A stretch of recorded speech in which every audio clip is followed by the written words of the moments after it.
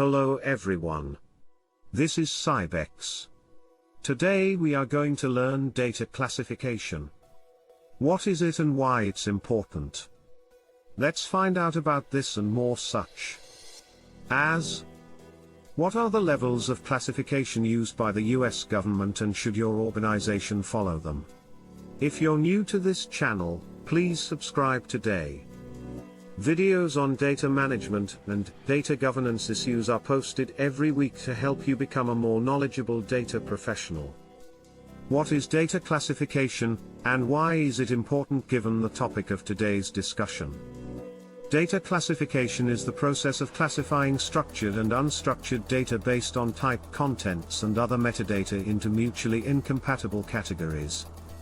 Another point to make is that these exclusive groups or classes are typically organized according to a hierarchy of classes.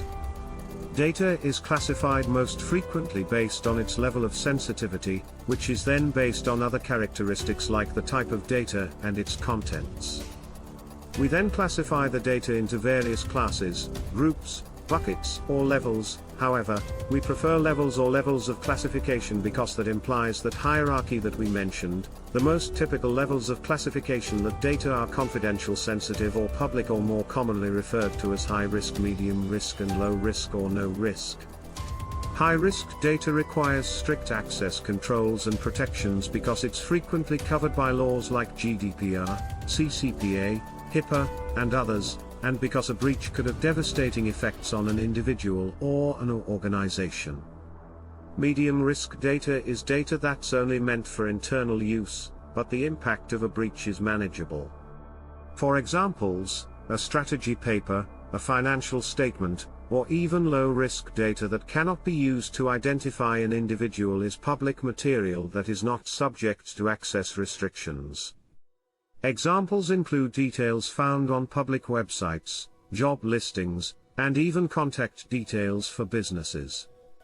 In this video right here, for instance, you may learn more about these three data classification groupings and their characteristics.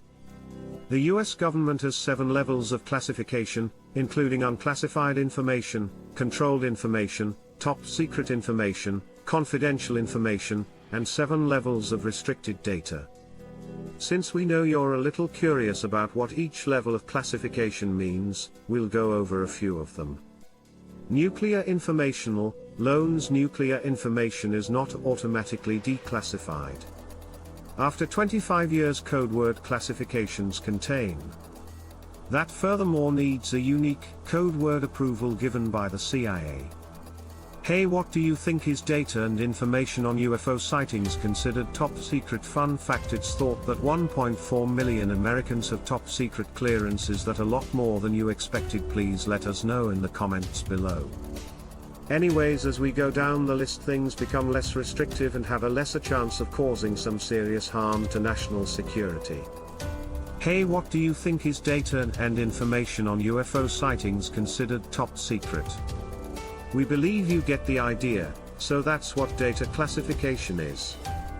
However, you should keep in mind that there is a hierarchy factor, so if your data is classified as high risk, it will not also be flagged as medium risk or low risk. For instance, let's say we have marketing material that contains publicly available information, making it low risk or even no risk. But as soon as we are adding our birth dates, makes it a high-risk confidential information. By the way, there are 4 key use cases for data classification, including risk mitigation, governance compliance, efficiency and optimization, and analytics, which is a little more than just privacy concerns. Let's start with risk mitigation. We can limit access to personally identifiable information and intellectual property by following the least privileged principle and ensuring that only authorized employees have access to it. We can also reduce data loss and unauthorized disclosure of data by ensuring that it is stored in a dedicated secure location, which at the same time reduces the attack surface area to sensitive data. Governance compliance: identifying data governed by GDPR, CCPA, HIPAA, PCI DSS. You might get into a lot of problems if you don't manage that data in accordance with these rules.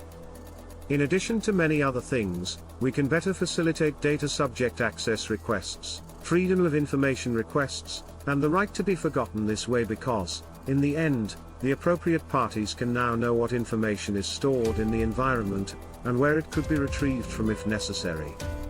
Please like the video if you've enjoyed it and don't forget to subscribe. Stay safe.